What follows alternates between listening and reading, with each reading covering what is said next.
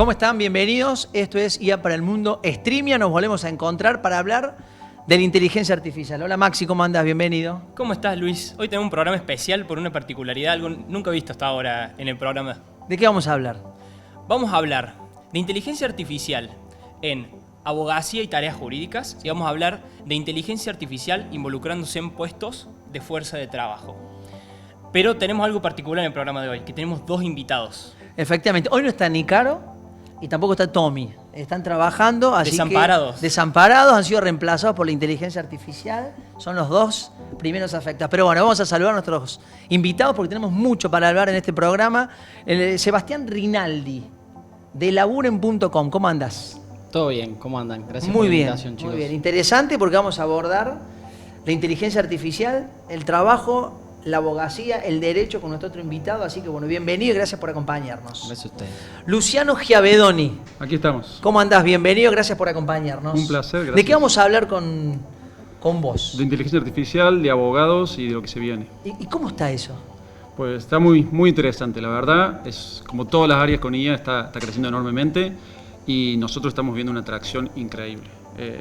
Con situaciones un poco extrañas, como estar aquí dando un podcast y ayer estar en una universidad hablando de que quieren empezar a enseñar nuestra herramienta a los nuevos alumnos. Siempre nos preguntamos cuál es la receptividad que hay. Los abogados, jueces, fiscales, ¿están con la necesidad de una implementación, de uso de la inteligencia artificial? Vos sabés que es súper interesante verlos en las reuniones con clientes porque hay un momento en el que hace clic y tienen una mezcla de emoción por lo que se viene y miedo por su profesión.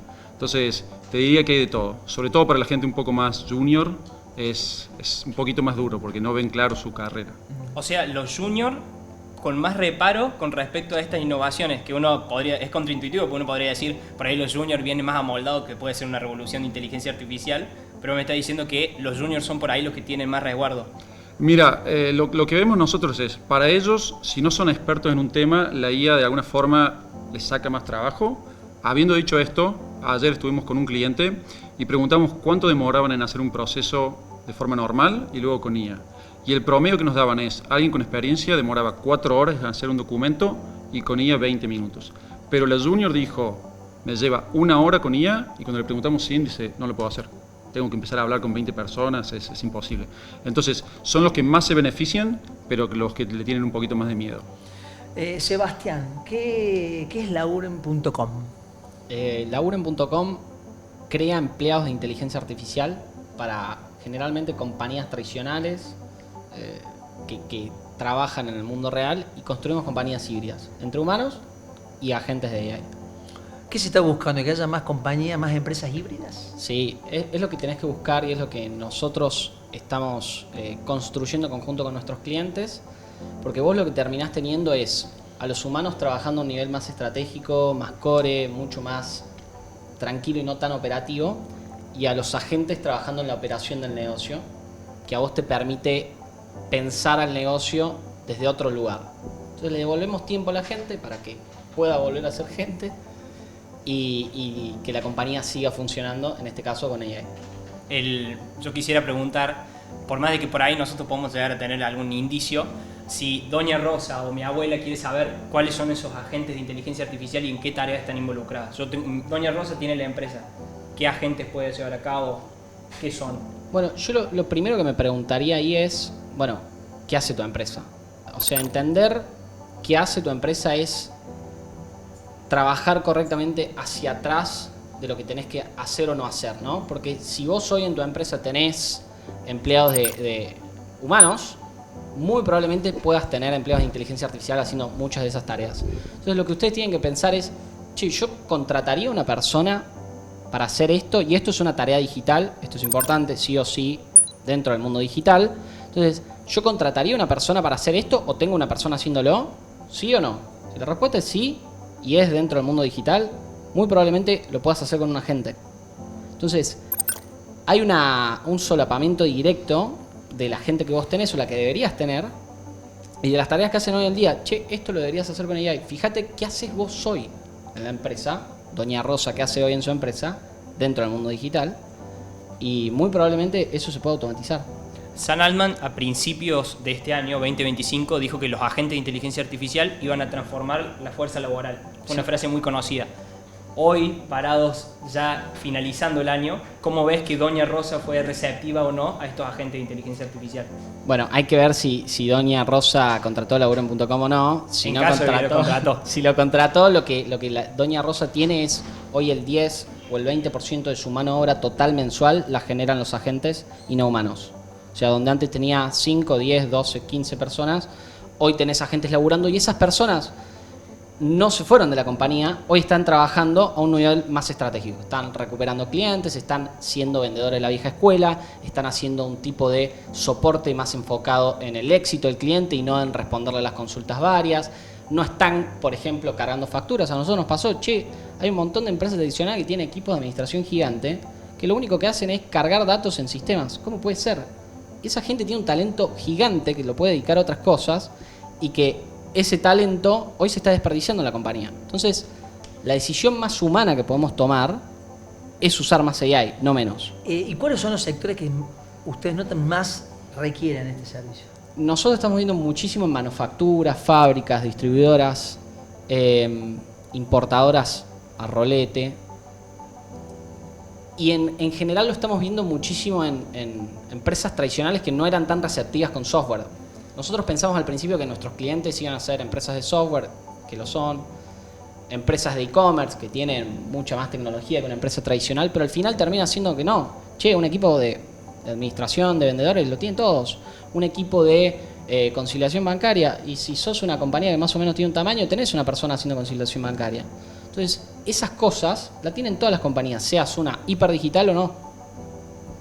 En el derecho, ¿cuáles son las tres áreas donde vos identificarías la necesidad de la implementación de la inteligencia artificial? A ver, el derecho es en todas las áreas casi. Si ves cualquier entrevista de la gente que predice lo que va a pasar en el futuro, dicen que una de las profesiones más afectadas va a ser los programadores, y yo soy programador, así que lo veo en primera línea, y los abogados. Porque básicamente gran parte de su estructura es generar documentos, lo cual la IA hace de forma muy buena, y analizar mucha información. Entonces, te diría que desde el paso 1, que para nosotros es la subida del caso, la subida de los documentos y el análisis, hasta tratar de entenderlo y finalmente escribir la respuesta, hoy por hoy, al menos con Argus, están utilizando IA de forma muy fuerte. ¿Y cómo funciona? ¿Cómo lo podrías sintetizar? Muy bien, un abogado o un despacho tiene un caso. Hoy por hoy muchas de las cosas, sobre todo aquí en Argentina o en Córdoba, están digitalizadas, así que básicamente tiene PDF subidos de la demanda, el expediente médico. Entonces lo suben a Argus. El primer paso que hacemos nosotros es un OCR. Extraemos toda la información de esos documentos, que es clave. Si no tenés bien la información, nada va a funcionar. Y estamos hablando en algunas veces documentos de texto, pero otras veces fotos de WhatsApp, telegramas escritos a mano. O sea que hay mucha ingeniería y mucho tiempo dedicado a extraer la información. Luego el sistema la procesa. Algunos de nuestros casos son de más de 1000 páginas, así que la verdad que te das cuenta que un humano le costaría bastante. Y te detecta incongruencias, temas que están faltando, y te hace un listado de todo lo que ve, que puede ser que no congenia, que puede ser un warning, que puede ser una pregunta que tiene, y le da al abogado la chance de como revisar el caso. Bien, una vez que se han dado esas respuestas, pasamos al paso final, que es la escritura. Nuestro objetivo no es simplemente ser un asistente donde te vamos dando lineamientos, sino lo que hacemos es generarte un borrador o casi un 90% del documento final ya escrito. Una vez que se ha hecho eso, está el último paso, que es algunas iteraciones. Casi siempre el documento que se termina necesita algunas vueltas, entonces lo que damos es un chat donde le podés hacer consultas por qué pusiste tal regla, por qué tal jurisdicción, o le podés pedir que te cambie algo. Eliminame este punto, reescribime esta parte, y se hacen 2 o 3 interacciones hasta que está el documento final y se descarga. Vamos a ir con un informe que has traído, Maxi, de adopción de inteligencia artificial en la República Argentina. ¿Qué dice? Así es. Estamos con una encuesta realizada por Fundar y organizada por un conjunto de gente de la Ditela, donde los que están estudiando es el nivel de adopción de inteligencia artificial en Argentina. Sí. Y hay algunas estadísticas clave o declaración de principios que está bueno traer a la mesa para hablar con ustedes. Primero, la tasa de adopción personal, que es que estamos hablando que un 45% de de las 1.500 personas entrevistadas, considera que ya está utilizando inteligencia artificial, pero de manera personal. Sí. O sea, preguntas que pueden ser hasta de tipo de asistencia psicológica. Después, la frecuencia del uso personal, todavía vemos que no es un hábito muy de tipo diario, porque hablan de que el 61% de los usuarios emplea la inteligencia artificial de forma ocasional, que son 2 veces por semana, creo que citaba. Y hay una porción de los que utilizan inteligencia artificial que lo usan de manera muy frecuente. O sea que a primera vista estamos viendo de que no es que el 90% de argentinos ya está utilizando inteligencia artificial, sino que eso puede estar sesgado, teniendo en cuenta sobre todo que esto es una encuesta de paneles online. O sea que estamos hablando de que De gente hay que está metida en el tema. gente que puede llegar a estar metida en el tema Sí. y todavía no es que está utilizando cotidianamente inteligencia artificial. Después, en quiénes son las personas que están utilizando y las brechas de adopción. Bueno, hay resultados que pueden llegar a ser más previsibles, como el hecho de que mientras más nivel educativo, más adopción, que mientras mayor el nivel de ingreso, más adopción, y que las generaciones más jóvenes adoptan más inteligencia artificial. También tengamos en cuenta que adopción puede ser utilizar ChatGPT, ¿no? No es tampoco un uso demasiado profundo el que habla de Sí. adopción. Pero hay un resultado que también puede llegar a ser bastante, que tuvo mucho renombre, que fue el de que notaron que hay más utilización de inteligencia artificial de parte de mujeres actualmente en base a esta estadística. Que Eso- es la barra verde la que estamos viendo ahí. La de mujeres, no. La de la barra verde consiste en los principales usos personales, que es el 69% de las personas Sí. que utilizan inteligencia artificial lo hacen para información y tareas cotidianas. Y acá hay algo que es muy interesante para traer a la mesa, que es en cuanto a la utilización de inteligencia artificial, pero a nivel de tipo empresarial, usos laborales de inteligencia artificial. A ver, le vamos a preguntar a Sebastián. Yo acá tengo una opinión un poco polémica con esto, que es un poco contraria, que es, una de las cosas que plantea esta encuesta es que la adopción viene generalmente de la gente, de los equipos, hacia arriba, ¿no? Pero esta adopción, a mí lo que me parece que está muy mal segmentada. O sea, usar ChatGPT es una cosa en tu trabajo y le podés pedir, respondeme este mail y cuánto te pudo haber ahorrado, un par de minutos y listo, o haceme este draft. Te puede haber ahorrado más o menos, pero no es una adopción empresarial seria en la que vos digas, todos los días de manera orgánica por los procesos de mi compañía estoy ahorrando cientos de horas de tal equipo, de tal empresa, o de mi trabajo, o no tengo que hacer más este reporte porque ahora se me hace en automático.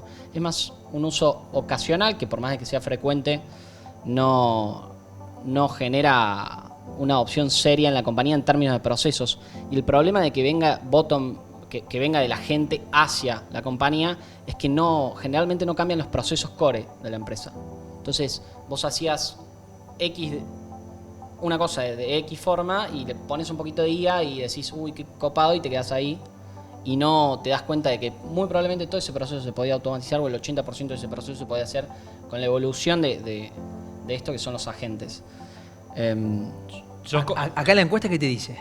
Yo contextualizo que la encuesta justamente dice que existe una especie de revolución bottom-up. Eso es lo que hace referencia a SEBA, que sería decir, la mayoría de las personas empleados en una empresa están utilizando inteligencia artificial, Que pero no cierto. es que es cierto, pero no es que hay una bajada desde arriba hacia abajo, decir, vamos a alfabetizar, o sea, vamos a tomar capacitaciones, porque dice que el 7% lo ha hecho nomás, y el 89% de los empleados de la empresa dicen que genera resultados. Entonces, como que ahí hay una especie de disociación entre que genera resultados, pero la empresa no lo está potenciando.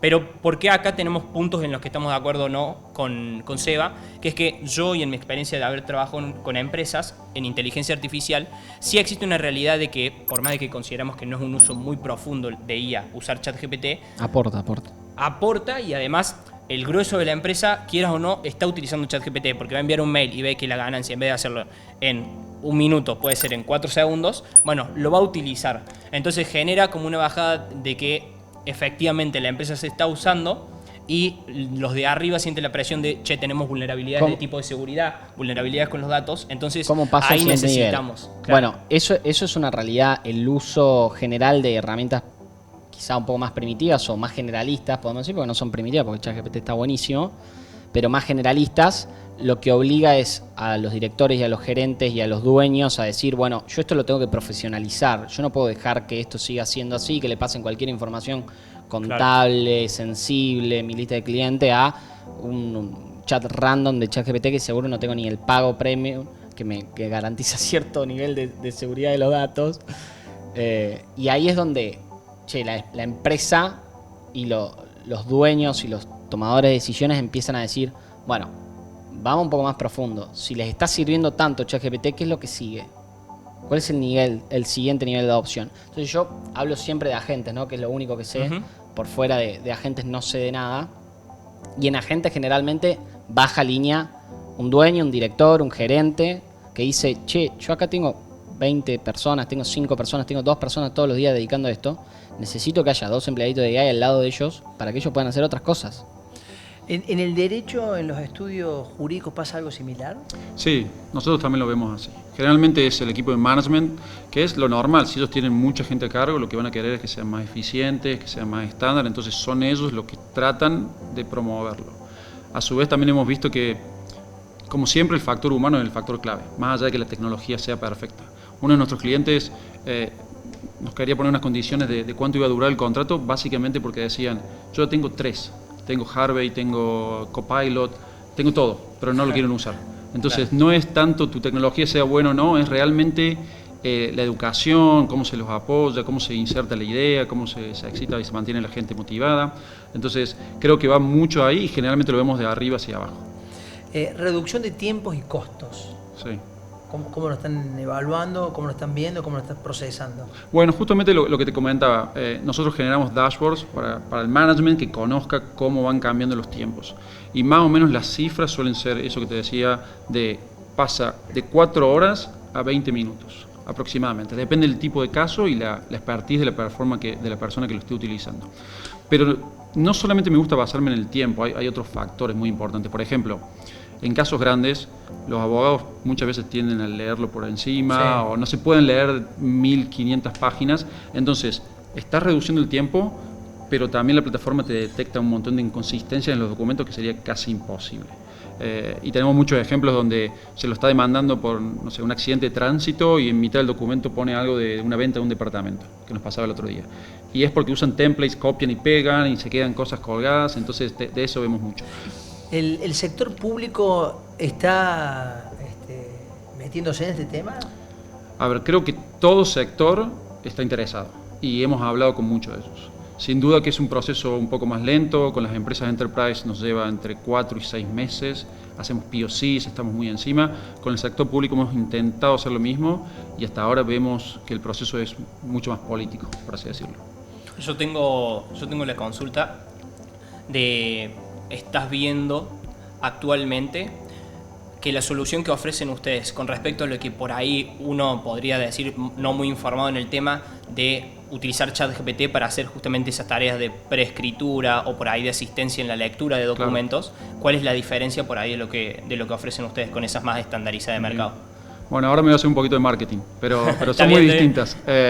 A ver, si usas ChatGPT tenés que inventar o crear tu prompt, lo tenés que subir, tenés una forma a lo mejor medio errática, sobre todo si tenés un equipo, distintas personas lo hacen de distintas formas. Nosotros estandarizamos todo eso, es una UI muy simple donde no conoces el prompt y no sabes el motor que está por detrás, que eso es algo que a mí me gusta, siendo la parte técnica, mencionar mucho. Nosotros somos multimotor, multi-IA. ¿Qué significa? Que a lo largo del flujo usamos distintas aplicaciones de IA. En algunos casos Gemini para ciertas funciones o ChatGPT. ¿Por qué? Porque no hay una que sea mejor que las otras en todo. Entonces, si queremos procesar grandes documentos, utilizamos una. Si queremos escribir documentos con una forma puntual, utilizamos otra. Eso, usando solo una herramienta, no pondrías. Y el punto clave, creo que más le interesa, es lo que está de moda ahora, que es la jurisprudencia. Habrán escuchado que varios casos, abogados con ChatGPT presentaron demandas donde se inventaba jurisprudencia, que la IA todavía hace esto mucho de alucinar. Entonces nosotros trabajamos con partnerships y con nuestra propia base de datos donde tenemos todo indexado y te podemos mostrar esta jurisprudencia viene de aquí para darte la seguridad. Que es un juez, ¿no? ¿No lo sancionaron? Sí, Rosario, sí, un juez, varios abogados.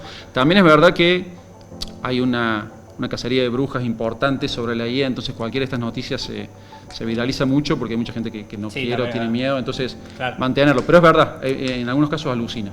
Y invita un poco bueno, creo que en esto también estás de acuerdo, Seba, a quien quiera o no en el trabajo cuando estamos utilizando inteligencia artificial y sobre todo de tipos laborales, que uno tiene que tener una precisión, tenemos que situar el proceso con human in the loop. Sí, como le decimos. Pero algo que nos pasaba... Siempre el repaso final lo hacen. Nosotros nunca queremos decir que le hacemos el documento al 100. Nos interesa que esté y que valide y le hacemos una serie de checks que tiene que marcar. Pero la parte humana también es interesante. Por ejemplo, tenemos un equipo muy grande de 50 abogados que trabajan para una empresa. Y básicamente decían, a mí no me convence la solución del documento porque lo hace de un formato y no es el formato que a mí me gusta, pero es el formato que le gusta a mi compañero. Entonces ahí empezás, ok, quiero usar una IA que me haga el proceso más fácil y más estandarizado, pero dentro del equipo cada uno tiene su forma de hacerlo. Entonces es súper interesante las preguntas que se generan. Bueno, y ahí es donde está lo difícil con AI, que vos tenés que poder permitirle a las compañías adoptar inteligencia artificial y agentes sin romperles la manera de operar. Porque si les rompes la manera de operar, muchas veces o pierden su ventaja competitiva o tenés un enemigo cultural de, che, esta herramienta no la quiero, no me sirve, yo hago los reportes de esta forma que a todo el mundo le gusta, genial. Y ahora hay que hacer todo un trabajo de nuevo para reentrenarla. Entonces hay una fricción si no está bien implementado el proceso de onboarding de los usuarios. Y yo creo que lo que decía antes es muy valioso, que es un problema cultural, es un problema tecnológico, es un problema empresarial, porque es un cambio de plataforma. No hay cambios de plataforma así desde los 2000, los 90 y los 2000, porque las redes sociales no fueron tan cambio de plataforma. Entonces, esto te sacude todos los cimientos de la compañía, pero te sacude también todos los cimientos de tu carrera profesional. Che, si vos estudiabas abogacía y eras buenísimo, eras Mike Ross, porque te acordabas todo, y ahora no sirve. Y antes era una ventaja. Mike Ross, o sea, es una serie de abogados espectacular, que el guaso tenía memoria fotográfica. Eso ahora ya no es más una ventaja. Cero. Entonces te obliga a reconvertirte. Bueno, ahí le pregunto, ¿va a reconfigurar el rol del abogado, entendés vos? ¿Del juez, del fiscal? A ver, sí, sin duda, mi opinión. Si me pongo en creativo y en futurista, yo creo que va a ser... Vos vas a contratar tu IA abogado, yo voy a contratar a mi IA abogado y va a haber una IA juez. Y se van a pelear. Y entre ellos se van a pelear. Y el IA, y una IA de pagos. El IA juez debería tener un prompt abierto, sí, que todo el mundo pueda leer. Entonces, básicamente, las reglas que define la nación o quien fuese son públicas y luego tu estudio con su IA versus el mío. Pero bueno, creo que todavía estamos lejos de eso, pero para mí va a revolucionar. La semana pasada o la anterior estuvimos hablando con alguien que venía desarrollando el proceso tecnológico en una empresa cementera. Okay. Y ya venían adelantándose a que quizás un cliente, un desarrollista con su agente le va a comprar a la gente de la cementera y de ahí le van a avisar al camión para que pase a buscar el producto. A nosotros nos pasó hace poquito, uno de los casos en compra es análisis de compra y activación de compra, que son dos empleados de AI distintos. Y nos pasó que un cliente se dio cuenta de que le estaba comprando una IA y le empezó a mandar precios falsos para que le compre. Y bueno, ahí está la diferencia entre usar ChatGPT. Si vos le hubieses pasado esa lista de precios y le decís, che, ChatGPT, ¿qué compre? Te va a decir que compre, no importa que te hayan hecho una cosa que se llama prompt injection, que es un tipo de ataque que, che, te estoy metiendo info falsa para que me compres más. Ahí el agente nuestro se activó con una cosa que se llama un guardarraíl, que le permite darse, che, me está verseando. Pasame la info que tiene que ser porque me está mintiendo con los precios. Entonces ahí es donde está la diferencia entre un agente random o un agente X que vos te armes y uno que sea confiable. Si comprabas mal, son millones que perdías ahí. Por ejemplo, en el caso de la cementera debe ser más. Sí. Entonces esa dinámica de humanos trabajando con agentes, agentes trabajando con agentes de otras compañías, intercompañías, intragobierno con compañías, es la dinámica real, es un mundo híbrido. Yo tengo una pregunta para ambos, que sería, vos decías que los juniors ahora están como en una especie de descolocados con el uso de por ahí esta herramienta de inteligencia artificial en el mundo jurídico. Sí. Y los programadores del palo del que vos venís, ¿qué le recomendás a esa persona en tipo de formación? Si tiene que ser un Vox Populi o tiene que ser una persona muy especializada. Bueno, buena pregunta. Primero, embrace lo que está cambiando. no puedes luchar porque es la realidad, sin duda, entonces trata de aprender todo lo que puedas, trata de conectarte. Y para mí dicen que el aspecto de creatividad va a ser como cada vez más importante. Ahora, en vez de escribir vos el código, al menos en la parte de developers, vos ves lo que va haciendo y le vas dando de una forma creativa inputs para que salga un producto más valioso. Entonces, se vuelven ese tipo de skills donde son mucho más importantes. No tanto acordarte de toda la información, sino el realmente poder conectar los dots y tener un poquito más de creatividad. Me quedé pensando en la respuesta recién. ¿Qué te imaginas de acá a 10 años? ¿Cómo hace el edificio de tribunales? Ya hay poca gente en tribunales. Ya convengamos que ya los abogados lo hacen todo. Debería haber menos igual, ¿no? Pero ¿qué te imaginas de un estudio jurídico, de un juzgado? 10 años es mucho tiempo. La verdad que es mucho tiempo, así que no sé si me aventuraría a decir algo. Pero ¿Pero te arriesgas a decir va a haber más y mejor justicia? yo creo que sí, esa parte sí, porque a medida que se haga todo más transparente y más automático, sin duda lo que es open source, lo que es más expuesto, tiende a estar mucho más abierto. Yo cada vez estoy aprendiendo más de las prácticas legales y la verdad que hay algunas formas de las que trabajan los abogados que yo no las conocía y me parece que no son las óptimas, por así decirlo. Y amo a los abogados y son nuestro mercado, pero viendo cuando te presentan una serie de demandas, negás todos los puntos. Ok, yo pensé, analizás cuáles no, vamos ahí, negás todos, es alguna práctica común. Entonces, ese tipo de yo mando esto, vos me modelo esto y ping-pong que no agrega tanto valor, a mí me parece que se puede mejorar mucho más el proceso y puede ser un poco más automatizado, más, sin duda más eficiente y ojalá que más claro para todos. Y te reboto la pregunta que había hecho a Luciano. No, 10 años es un montonazo. Yo como mucho me animo a tirar a 3 años.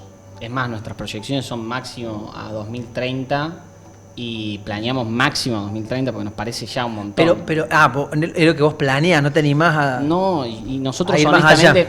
Acá lo que pasa es que, por ejemplo, nuestro mercado, que es el mercado de agentes, crece en Latinoamérica 50 anual, año contra año, hasta 2037. Y en realidad, mi opinión es que va a crecer mucho más del 50 anual. Es mucho. 50% de crecimiento anual, año contra año, es muchísimo. El mercado del e-commerce creció al 36, al 30, al 32 durante 15, 20 años en Argentina. Y tenés, en general. Entonces, agentes, creo que le pega directamente. Vamos a tener tantos agentes como trabajadores, o muy probablemente muchos más agentes que trabajadores. Nosotros somos partners de Microsoft y el otro día charlando con uno de los directivos de Microsoft Latam, me decía, che, nosotros tenemos un informe interno en el que calculamos que va a haber 27 agentes por trabajador para 2034. O sea, es una locura. Ponele que eso no se cumpla. Se cumpla el 1 a 1. Vos vas a tener 4.000 millones de agentes contra 4.000 millones de trabajadores laburando 24/7 para la economía, generando valor, trabajando. Claro. Es un montón, es una locura. Entonces, ni siquiera me animo a hacer proyecciones porque no es imposible de imaginarnos el mundo si esta tendencia sigue. Ahora, si la tendencia se para, y bueno, eso es otra cosa. El que vos digas por ahí empleado de inteligencia artificial, ustedes lo denominan así, es una declaración de principios. Sí, 100%. Es fuerte, ¿no? Un empleado de Al principio a mucha gente le parecía fuerte, con el tiempo la gente fue entendiendo de que no es una competencia para el humano, sino que es todo lo contrario. O sea, la IA no viene a quitarnos el trabajo, al revés, viene a hacernos más libres, que nosotros podamos hacer cosas más importantes. O sea, les pongo un ejemplo. En nuestro caso, el uso más usado es atención al cliente y soporte. No es a nadie que le preguntes que trabaje atención al cliente disfruta realmente su trabajo. Muy poca gente, muy poca gente. Entonces, esa gente hoy está trabajando ¿en dónde? En marketing, en estrategia. Está trabajando en áreas relacionadas al cliente, pero con otra dinámica. No tenés quilombo todos los días, no estás lleno de tareas todo el tiempo. Entonces, ese mundo de la no escasez es el que se viene y en el que nosotros los humanos tenemos que repreguntar dónde aportamos valor real a la economía y dónde no, che, esto lo hace una IA, no lo tenés que estar haciendo vos. ¿Y ahora qué hago? Y eso es una pregunta más profunda y más difícil, pero que bueno, toca hacérsela. Y el de atención al cliente, ¿y ahora qué hago? ¿Y ahora qué hago? Y claro, bueno, ese es del otro lado. claro, y ahí es donde uno hoy tiene la decisión y generalmente nuestros clientes lo que pasan es, che, ¿y a dónde querés ir vos? Entonces el talento humano se valora. Lo que se complica es la resistencia al cambio, siendo tan evidente que esto es una topadora. O sea, ahí te va a automatizar muchas cosas. No, abrazala. Luciano, ya no. Sí, señor. Vamos entrando en el final de la conversación. Gracias por habernos acompañado. Bueno, Argus IA. Sí, arguslegal.ia. Legal. Sí. Los jueces perderán su trabajo. No creemos, pero creemos que va a ser mucho más rápido, mucho más eficiente, mucho más transparente, que en definitiva es positivo para todos. ¿Y esto lo podés implementar en distintos países o está focalizado en un mercado? Hoy por hoy estamos trabajando en España y en Chile, pero te diría que nuestro gran foco es Argentina, sobre todo porque queremos hacer las cosas muy bien, no queremos crecer demasiado rápido y hay un aspecto de jurisprudencia y forma de trabajar que no solamente Argentina. Es distinta en cada Sí, país. Exactamente. Entonces, tuvimos varias ofertas y lo estuvimos analizando, pero de momento dijimos vamos a estabilizar, vamos a realmente hacer las cosas muy bien en Argentina, asegurarnos de que todo lo que generamos sea de alta calidad y a partir de ahí ir creciendo. Muchísimas gracias por acompañarnos. Gracias a ustedes. Lo mismo para vos, Sebastián, gracias por Gracias a haber ustedes. venido. Súper interesante y me voy a quedar con el debate ¿De bottom-up o de sí, abajo? de dónde arranca la implementación de la inteligencia artificial, de arriba hacia abajo o de abajo hacia arriba. Bueno, todo un debate que recién está comenzando, me parece. Gracias por acompañarnos. A vos. Chao, Maxi, nos reencontramos la semana que viene. Chao.